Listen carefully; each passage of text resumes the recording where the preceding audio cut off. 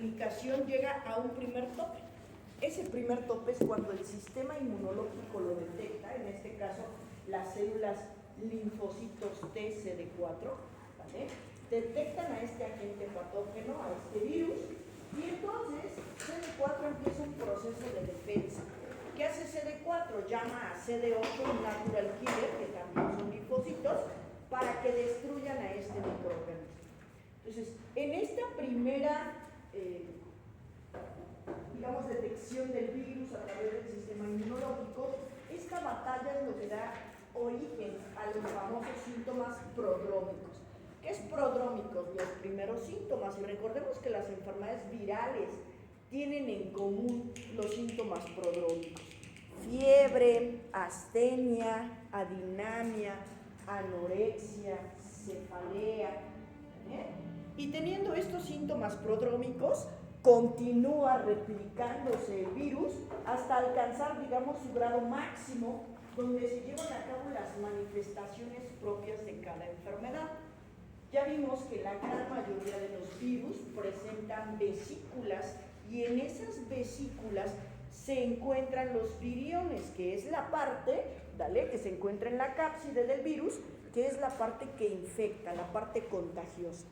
Por eso la gran mayoría de enfermedades virales se transmiten también a través de la autoinoculación, que quiere decir que si yo me rasco y poncho esas vesículas, ¿vale?, pues obviamente voy a expandir el virus, o va a estar en mi dedo, y entonces voy a poder manifestarlo en otra parte de mi cuerpo. Lo voy a diseminar. ¿Vamos bien hasta aquí? Bueno, entonces, hablando del virus de la rubiola, también es una enfermedad contagiosa. Se transmite por aerosoles, es decir, si yo estornudo, si yo toso, si comparto, ¿vale?, alimentos 2 a 3 semanas después de la exposición. No dispone de algún tratamiento, como casi todas las enfermedades virales, ¿vale?, netamente sintomáticos. Y en el caso de la rubiola sí existe una vacuna. ¿Por qué? Porque, como veremos más adelante, la rubiola atraviesa las barreras, en el caso de la barrera placentaria, y puede ocasionar enfermedades. Entonces, clínicamente la rubiola empieza también con síntomas prodrómicos: fiebre, astenia, adinamia, anorexia, ¿vale? Y las manifestaciones propias de la enfermedad son pequeñas vesículas, pero también con exantema, ¿vale? Si nos damos cuenta, estas vesículas también tienen forma de exantema, es decir, como si fuera una mezcla entre varicela y sarampión, ¿vale? En el caso de la rubiola, fiebres, entonces astenia, adinamia, inflamación, linfadenopatía, ¿vale?, en casi, sobre todo, linfadenopatía cervical. Exantema, ¿vale? Recordemos que el exantema de la puerta para allá son ronchas maculopapulares. ¿Qué quiere decir? Pues son ligeras elevaciones, pero el fondo está eritematoso, es decir, está rojo, ¿vale? Y también la rubiola, muy similar, ¿se acuerdan?, a la varicela y el sarampión, ¿vale? La rubiola también tiene un ligero toque católico, ¿vale? Cara, tronco y extremidades, ¿sí queda claro? Y en ese mismo orden desaparecen las lesiones. Empiezan en la cara, luego siguen en el tronco y en las extremidades, brazos y piernas, y en ese mismo orden desaparecen. ¿Qué otra cosa podemos decir de la rubiola? Repito, que además de ser maculopapular, es decir, como ronchas, se caracteriza porque también tiene vesículas, ¿vale? Entonces, la rubiola. En los adultos, este virus se puede alojar, ¿vale? Ya terminó de infectar, digámosle así. Como el herpes, si recuerdan, se alojaba en los ganglios, ¿vale? Regularmente el herpes se aloja en el ganglio trigeminal, ¿vale?, ganglio de gas. Y en el caso del herpes, virus del herpes zóster, ¿vale?, cuando el sistema inmunológico se suprime, como el virus está guardado en el ganglio, entonces puede manifestarse, ¿vale? ¿Qué sucede con el virus de la rubiola? El virus de la rubiola se guarda manda, digámosle así, o permanece en las articulaciones, de tal manera que en los adultos la rubiola podría desencadenar una enfermedad autoinmune. ¿Por qué? Porque, como habíamos dicho, CD4 se encarga de detectar los agentes patógenos que no son propios del ser humano y manda a quién? A CD8 y Natural Killer. ¿Qué hacen CD8 y Natural Killer? Destruyen. Por tanto, si están en las articulaciones, ¿vale?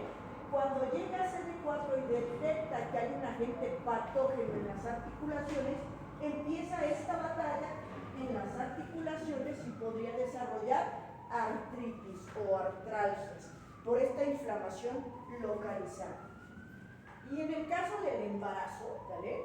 Las mujeres que están embarazadas y padecen rubiola congénita, repito, este virus atraviesa la barrera placentaria y depende el momento, digamos así, o el trimestre en el que la persona esté embarazada, y pues obviamente va a tener características similares, pero a su vez características propias del trimestre en el cual esté desarrollado el bebé, ¿vale? Y lamentablemente pues ya dijimos que no hay tratamiento. Por tanto, existe el síndrome de rubiola congénita, esto es también para los pediatras. ¿Por qué? Porque, repito, es como si fuera una especie de película, se corta ese fragmento y después sigue con el desarrollo. De tal manera que si estamos hablando, ¿vale? Aproximadamente de la sexta semana, cuarta semana, donde se está formando, bueno, la cuarta todavía está las 3 capas, a partir de la sexta semana, donde se empieza a formar el sistema cardíaco, el sistema nervioso, ¿vale? Si existe esta problemática de rubiola en estos trimestres, pues obviamente vamos a tener, ¿vale? Microcefalia, es decir, el sistema nervioso central no se desarrolló por completo, microcefalia, ¿vale? Podríamos tener cardiopatías. La cardiopatía más frecuente sobre todo se da en el último trimestre, ¿vale? ¿Por qué? Porque recordemos, ¿vale? Que estando dentro de la placenta, dentro del útero, ¿vale? No hay circulación pulmonar. ¿Por qué? Porque no hay necesidad de respirar como normalmente lo hacemos. Por tanto, tenemos una comunicación entre la vena pulmonar y la arteria aorta. Esto es normal y esto se lleva a cabo en la vida intrauterina. Sin embargo, en las últimas semanas, este espacio se va cerrando de tal manera que incluso al momento del nacimiento, cuando se hace la primera inspiración muy fuerte, si quedaba un pedazo, ¿vale? Con esta inspiración muy fuerte y el coágulo que después se volverá fibrina, ¿vale? Es lo que cierra este conducto arteriovenoso, repito, entre la vena pulmonar y la arteria aorta.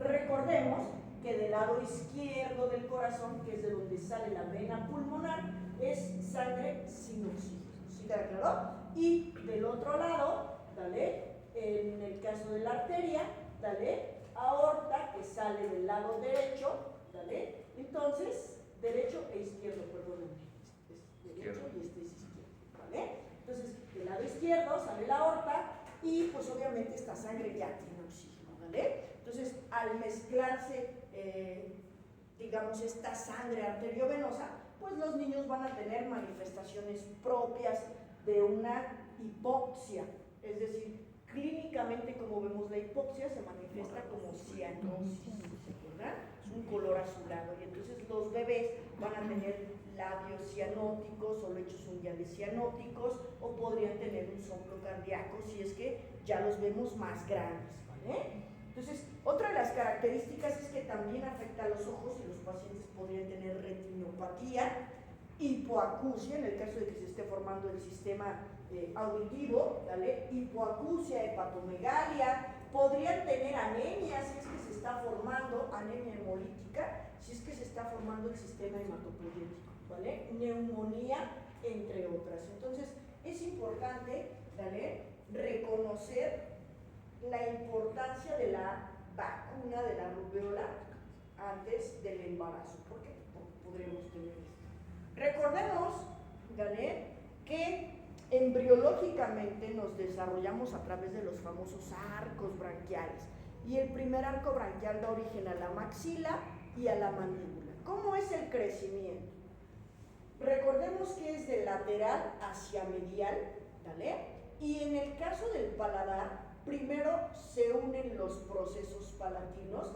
Ya que se unieron los procesos palatinos, con mis coditos, ¿vale? Se expande el paladar o se expande el maxilar y los procesos palatinos descienden hasta formar el paladar. ¿Sí queda claro? En estos pacientes esto se ve interrumpido, por tanto el paladar regularmente es un paladar sumamente profundo y termina en pico, ¿vale? Entonces es un paladar profundo y obviamente este paladar profundo al estar colapsado podría desencadenar o desencadena maloclusión. Entonces para los pediatras y bueno, el resto en general, ¿vale? Si llegan pacientitos con paladar colapsado, revisemos si tienen hipoacusia, ¿vale? O si tienen problemas de retinopatía, cardiopatías, o si es adulto, ¿vale? Si tiene problemas articulares y podríamos pensar que probablemente tiene el síndrome de rubiola coma. ¿Vamos bien hasta aquí?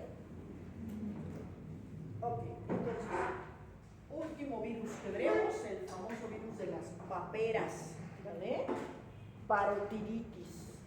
Proviene del Paramyxoviridae, ¿vale? Ese virus es una infección producida por este virus y cabe mencionar que este virus también regularmente se aloja en las gónadas, ¿vale? Es decir, el 5% de este virus, ¿vale?, se aloja en las gónadas femeninas, es decir, produce ovaritis. Y en el caso de los varones, de un 20 a 30% produce orquis. Entonces, este virus en la etapa de la adolescencia, paciente que presente parotiditis en la etapa de la adolescencia y sea varón, ¿vale?, podría caber la posibilidad de esterilidad. ¿Por qué? Porque esta orquitis, ¿vale?, esta inflamación testicular, en este momento de formación y maduración de los espermas, ¿vale?, podría verse interrumpida y afectada por el virus de la parotiditis, del Paramyxoviridae. Entonces, repito, sí hay una gran posibilidad de que los pacientes que presenten orquitis puedan tener esterilidad más adelante. ¿Cómo se caracteriza la parotiditis? Pues es un aumento de volumen bilateral, porque es en las parótidas. La característica es que recordemos la anatomía de la parótida, ¿vale?, con su cabeza, su cola, y recordemos que la cola de la parótida incluso llega a la parte retroocular. Por tanto, si observan, los lóbulos están levantados, ¿vale? Los lóbulos de la oreja están ligeramente levantados o elevados. Esto es bilateral. Por tanto, ¿qué manifestaciones clínicas tendremos además del levantamiento y el aumento de volumen? ¿Qué creen que tengan estos pacientes? Los prodrómicos: fiebre, astenia, dinamia, anorexia, cefalea, pero además, ¿vale? Bueno, esta enfermedad se incuba de 12 a 21 días, de 6 a 7 días antes y 9 días después del edema. Es sumamente contagioso, ¿vale? A las 48 horas antes de las manifestaciones clínicas, este virus es sumamente contagioso. Decía, fiebre, astenia, dinamia, de los síntomas. Antes del edema, ¿vale?, del crecimiento 48 horas, súper peligroso. Pero la característica es, ¿vale?, que si tenemos a nuestro conducto donde se excreta la glándula, donde se excreta la saliva, ¿vale?, ¿qué manifestación clínica podríamos tener? Muy parecido a la conocida cianolitiasis. ¿Han escuchado hablar de la cianolitiasis? Que son litos o piedritas en el conducto de la glándula parótida o la glándula sublingual, que es donde más se hace, ¿vale? En el caso de la parotiditis, resulta que hay un dolor sumamente agudo. ¿En qué momento? Cuando se te antoja de comida. cuando se te antoja algo, sobre todo en el momento de la comida. ¿Por qué? Porque es el momento de la estimulación para que salga la saliva, ¿vale? Y pues obviamente se forma el bolo alimenticio. ¿Qué sucede en estos pacientes? Bueno, en estos pacientes, ¿vale? Estos conductos están obliterados precisamente por el agrandamiento de la glándula parótida, ¿vale? Y entonces hay un dolor muy agudo al momento de masticar o tragar, también por estar en contacto directo, ¿vale? Con el músculo macetero, sobre todo, ¿vale? Entonces hay un crecimiento bilateral regularmente en nuestros pacientes y repito, sumamente doloroso. Como breviario cultural, digo breviario cultural porque aquí en México casi no se hace, o alguna vez cuando ya terminen su posgrado y tengan hijos y sean super mega fashion, ¿vale? Resulta que se puede diagnosticar a través de un PCR, ¿vale? Le tomas una muestra y haces un PCR o un ELISA para mixoviridad y entonces va a salir positivo. La realidad es que aquí en México generalmente el diagnóstico es clínico, paperas, es decir, parotiditis inflamadas, parótidas inflamadas, fiebre, astenia, dinamia, que es parotiditis. Pero si algún momento quieren estar 100% seguros, pueden ir a realizar un PCR, ¿vale? A sus hijos para estar 100% seguros que es parotiditis, ¿vale? Repito aquí, pues realmente casi no se hace, pero como breviario, ¿vale? Entonces, ¿cuál es el tratamiento? Muy similar a las enfermedades virales.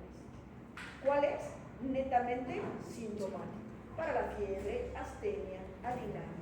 Pero como aquí sí hay un severo dolor localizado, ¿vale? A diferencia de las otras enfermedades virales donde poníamos, ¿cómo se llama? Caladril o los bañábamos en polvos de haba para su comezón. En este caso vamos a aplicar compresas frías o tibias. Se recomiendan las compresas frías. ¿Para qué? Para desinflamar la zona parotidia, ¿vale? Estos son realmente el tratamiento para la parotiditis, lo que está a nuestro alcance y el tratamiento que se debe realizar en estos pacientes. ¿Dudas, doctores? ¿No? Pues felicidades, hemos terminado virus. ¡Wow! Vamos a pasar a hongos.